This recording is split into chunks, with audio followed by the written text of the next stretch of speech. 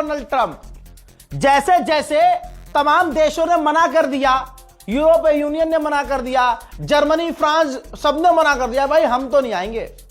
और सबने स्टेटमेंट भी ऐसे दिए हैं कि समझ लीजिए चूतरों में मिर्चें लग गई हैं, बहुत खतरनाक। देखो यार, अब मैं ये भी वर्ड नहीं बोल पाऊंगा, तो इतना ये चीज तो आप परिवार के साथ सुन सकते हैं ना। अब फिर कोई ये कमेंट न करे, रजा भाई हम अपनी बाजी के साथ देख रहे थे, अम्मी के साथ देख रहे थे।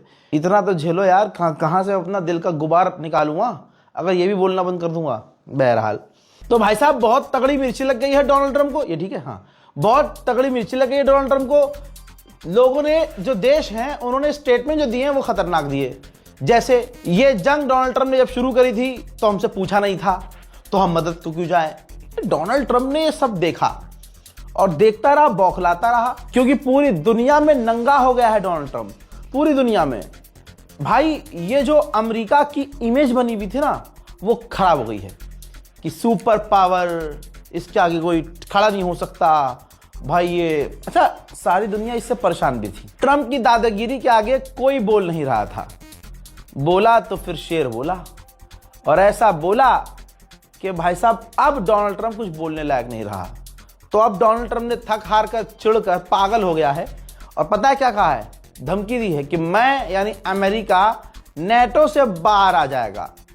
आप समझ रहे हैं, अमेरिका इतनी बुरी तरह से हारा है कि दुनिया को इस जंग में अपने साथ उतारने के लिए कुछ भी धमकी दे रहा है और कुछ भी करने को तैयार है।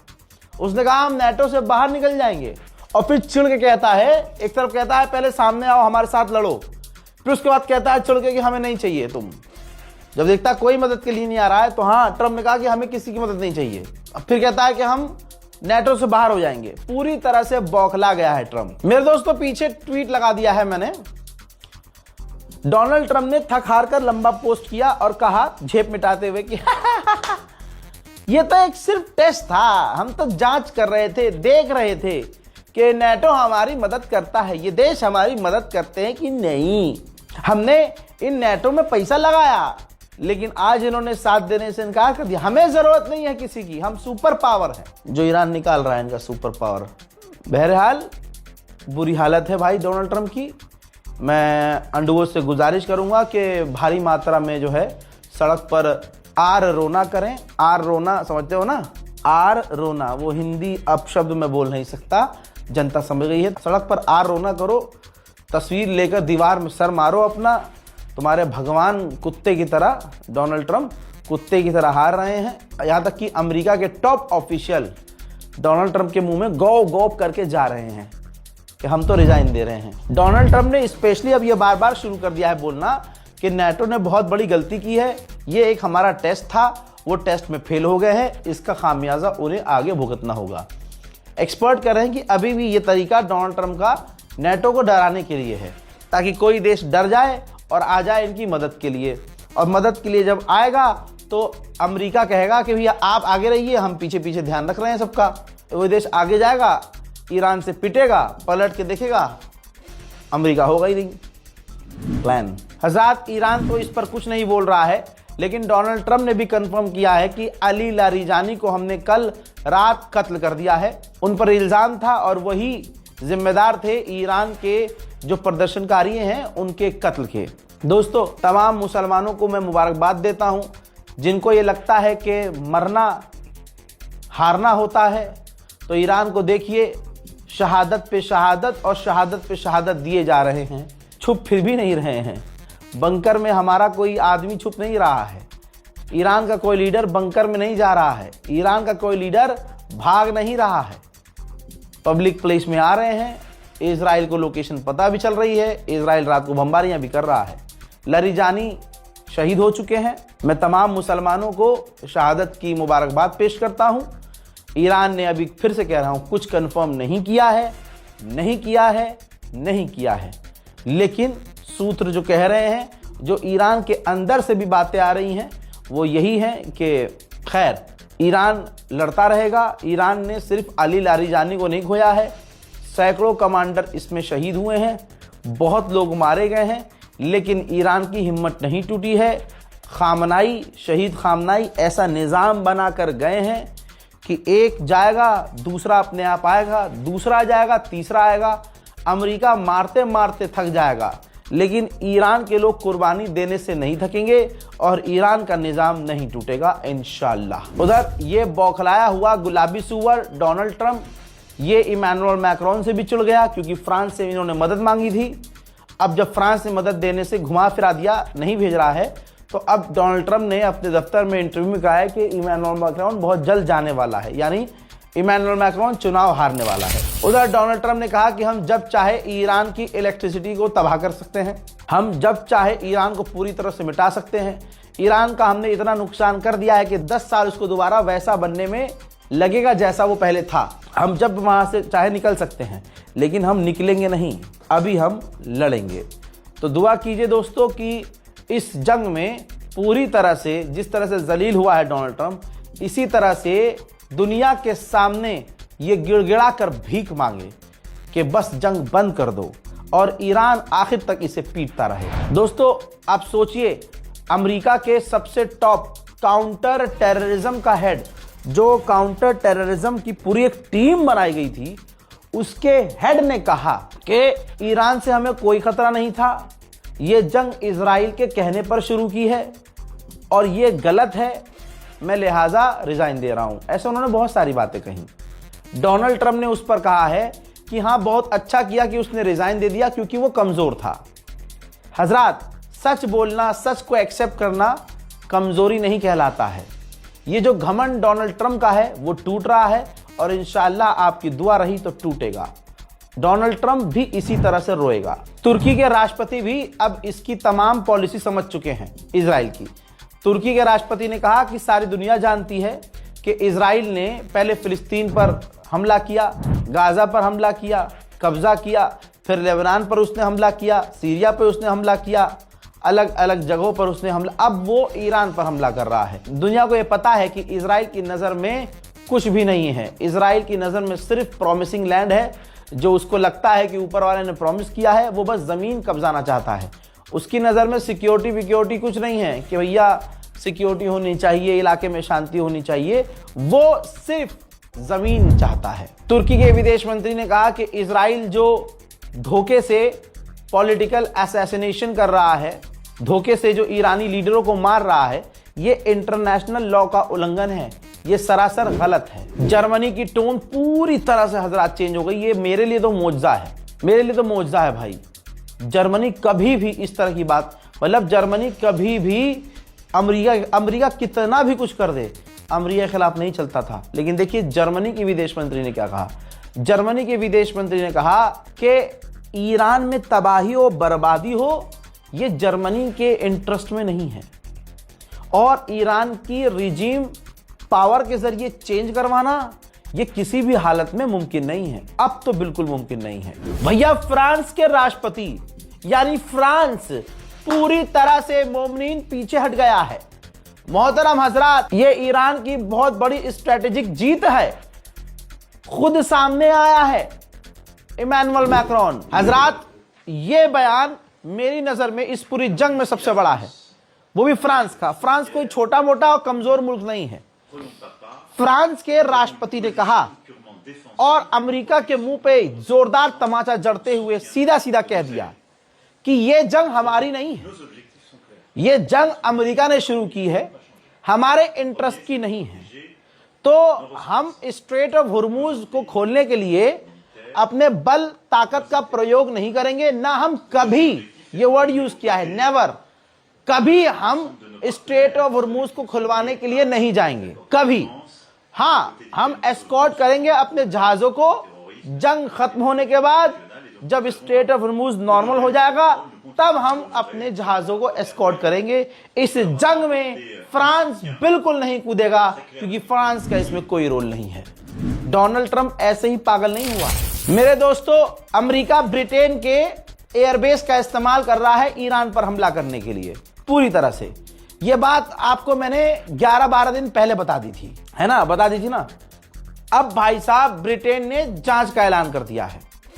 ब्रिटेन ने कहा है, मतलब जांच करने के लिए इसलिए आदेश दिया है कि भैया हमने तो चुपके से अमेरिका को अलाउ किया था, ये बात पब्लिक डोमेन में कैसे आ गई, ये दुनिया को पता कैसे चल गई? जी हाँ, हमने बताया था सबसे पहले उखाड़ ले क्या उखाड़ेगा।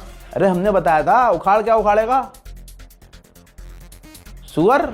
मुसलमान चारों तरफ से क्यों पिट रहा है, मुसलमान की हालत कुत्ते जैसी क्यों है? इस वजह से एक मुस्लिम देश अल्बानिया, उसने जहां तमाम नॉन मुस्लिम देश ईरान के खिलाफ नहीं बोल रहे हैं, अल्बानिया ने डोनाल्ड ट्रंप का चूतड़ चाटने के लिए क्या किया? अल्बानिया ने ईरान को स्टेट स्पॉन्सर्ड टेररिज्म की लिस्ट पर डाल दिया है, एक ऐसा देश जो टेररिज्म को सपोर्ट करता हो। यह मुस्लिम देश है अल्बानिया। अब अल्बानिया के बारे में आप क्या कहना चाहते हैं कमेंट में लिख दीजिएगा। यह हालात है मुस्लिम देशों की। उधर जब ईरान से तमाम बात करने के बाद, चाटने के बाद मोदी को रास्ता सेफ पैसेज भारत के जहाजों का नहीं मिला, थूक के चाटने के बाद भी, तमाम ताकत लगाने के बाद तमाम, और जलील तो खूब मोदी जी भी हुए, क्योंकि इनके ही झूठ की वजह से तो जलील हो रहे हैं। क्या कहानी बनाई गई थी, क्या दिखाया गया था कि मोदी जी एक कॉल करेंगे जंग रुक जाएगी। मोदी जी 10 कॉल करते रहे, कद्दू रुकी जंग। परमिशन भी भारत के मुसलमानों की वजह से मिली, भारत के लोगों की वजह से मिली, जो भारत के लोगों ने ईरान के सुप्रीम लीडर के मारे जाने का शोक व्यक्त किया, सड़कों पर उतरे, दुख जताया, मीडिया, सोशल मीडिया के जरिए ईरान का सपोर्ट किया। तो भारत के लोगों का शुक्रिया अदा किया ईरान ने मोदी का शुक्रिया अदा नहीं किया, अमित शाह का शुक्रिया अदा नहीं किया। तमाम स्टेटमेंट सुन लेना जाके, ठीक। और मैं तो खुद ईरानी विदेश मंत्री से मिलकर और तमाम अंदर की बातें करके आया हूं। ऐसी अभी 2 बातें और रह गई हैं। मैंने पहले भी कहा था कि बहुत सारी बातें हैं जो मैं बोल नहीं सकता, अभी 2 बातें और हैं जो होनी है, तब आपको पता चलेगा कि अच्छा ऐसा भी है, मैं बता नहीं सकता, इंतजार कीजिए। तो जब मोदी ने देख लिया कि यहां तो अपनी दाल गल नहीं रही है, तो यूएई को फोन किया। ये देखिए, यूएई शेख मोहम्मद बिन जायद अल नहयान से बात की है, दुख जताया है कि वहां जो हमले हो रहे हैं यूएई पर, ये सरासर गलत है। यानी जो ईरान हमले कर रहा है, जिगर नहीं है नाम लेने का ईरान का, मोदी जी का, लेकिन इन्होंने कहा कि जो हमले हो रहे हैं यूएई पर, ये काफी गलत है, हम इसकी निंदा करते हैं और सेफ पैसेज मिलना चाहिए तमाम टैंकरों को। सेफ पैसेज यानी सिर्फ ये तेल के लिए फड़फड़ा रहे हैं, गैस के लिए फड़फड़ा रहे हैं। ये बात तो अब यूएई भी समझ रहा होगा। यूएई के दिमाग में भी आ सकता है कि अगर इतना हमदर्द है मोदी, तो भाई अपनी फौज भेजे स्टेट ऑफ हॉर्मुज में, तब तो इन्हें वहां नहीं, अब तो डिप्लोमेसी तो सब समझ रहे हैं। इसमें इस जंग में 2 लोग बहुत जलील हुए हैं। दूसरे नंबर पर ट्रंप है, पहले नंबर पर कौन है सब समझ रहे हैं। अब सोचिए, इन्हें यूएई पर हुए हमले पर दर्द हो रहा है, लेकिन यही मोदी सरकार हिंदुओं को इकट्ठा कर रही है ईद के दिन उत्तम नगर में दंगा करवाने के लिए। दिल्ली पुलिस ने किसी को गिरफ्तार किया जो हिंदू ऑनलाइन मीडिया पर कैमरे के सामने दिन के उजाले लाइव बोल रहे हैं कि हम मुसलमानों को काटेंगे, घर में घुसकर जला देंगे, उनकी दुकान समेत मुसलमानों को जलाएंगे। यह सब राजधानी दिल्ली में हो रहा है। जाहिर सी बात है, दिल्ली पुलिस कुछ नहीं कर पा रही है बेचारी, तो ऊपर से आदेश होगा, और ऊपर का मतलब सीधा सीधा है मोदी, क्योंकि भाई 27 में चुनाव होना है, हिंदुओं को हर हाल में मोदी जी को खुश करना है, और हिंदुओं को ऐसा कर दिया गया है कि मुसलमान मरेगा तो भाई ये खुश होंगे। नफरत की आंधी चल रही है, और इस नफरत की आंधी में हर कोई अपना हाथ साफ कर रहा है। जर्मनी के विदेश मंत्री का एक अभी और बड़ा बयान आया, सुनते जाइएगा, आपको थोड़ी सी हिम्मत आएगी। जर्मनी के विदेश मंत्री ने कहा कि जब अमेरिका स्ट्रेट ऑफ हॉर्मुज को नहीं बचा पाया, तो यूरोप भी नहीं बचा सकता, और जर्मनी का कोई रोल नहीं है स्ट्रेट ऑफ हॉर्मुज को जाकर खुलवाने का। हाँ, वहां की सिक्योरिटी जरूरी है, सेफ पैसेज जरूरी है, हमें अरब से डील करनी होगी, अरबों से बात करनी होगी, और जरूरत पड़े तो बेहतर यह होगा कि हमें ईरान से डील करनी चाहिए। अल्लाह अकबर, सलाम हो शहीद खामनाई पर। ऐसी स्ट्रेटजी बना गए कि जो हमेशा से ईरान का दुश्मन था, वो भी कह रहा है कि हमें ईरान से डील करनी चाहिए। जो देश ईरान पर पाबंदी लगाया करते थे, अब तक जिन्होंने ईरान पर पाबंदी लगाई, सलाम हो हमारे खामनाई पर। ऐसी स्ट्रेटेजी कि अब वही दुश्मन देश कह रहा है कि हमें ईरान से डील करनी चाहिए। उधर याद रखिएगा, मोहम्मद बिन सलमान और तमाम अरब देश डोनाल्ड ट्रंप पर प्रेशर बना रहे हैं कि ईरान को पूरी तरह से मिटा दो, कुछ ऐसा करो कि दोबारा ईरान इतने पावर में ना आए। अरब देशों को अपने नुकसान से ज्यादा पता है किस चीज का दर्द है, कि ईरान इस वक्त सुपर पावर नजर आ रहा है। यकीन कीजिए और इस बात को दुनिया को समझाइए, शेयर कीजिए इस वीडियो को। ऐसे ही कॉपीराइट नहीं मार रहा हूं मैं, हमारी इस तमाम वीडियोस को कॉपीराइट फ्री रखा हुआ है मैंने। शर्त दो ही है कि हमारे ओरिजिनल चैनल को बताइएगा, लोगों को लिख दीजिएगा कहीं या मेंशन कर दीजिएगा यूट्यूब चैनल को हमारे, या फेसबुक हमारे ओरिजिनल पेज को। और अगर ऐसा नहीं किया तो कॉपीराइट का झंझट है, वरना ये फ्री है वीडियो, कहीं भी डालिए, कुछ भी इस्तेमाल कीजिए। मकसद हमारा ये है कि लोगों तक सही इंफॉर्मेशन मिलनी चाहिए। दोस्तों बता दूं आपको कि अरब देश जिद कर रहे हैं ट्रंप से कि ऐसा कर दो। भाई इनकी इज्जत जा रही है, ईरान सुपर पावर दिख रहा है भाई, जो एक वक्त में, तवज्जो दीजिए, और आप हिंदू हो, मुसलमान हो, सिख हो, ईसाई हो, जरा सोचिए, एक वक्त में दुनिया के सबसे बड़े बदमाश से अकेला लड़ रहा है ईरान, और एक वक्त में उस बदमाश से भी लड़ रहा है, इजराइल बदमाश से भी लड़ रहा है, अरब के गद्दारों से भी लड़ रहा है, और उनके पास सुपर पावर हथियार हैं एक न्यूक्लियर वाले देश से। ईरान एक नॉन न्यूक्लियर देश होकर पूरी तरह से ईंट बजा रहा है।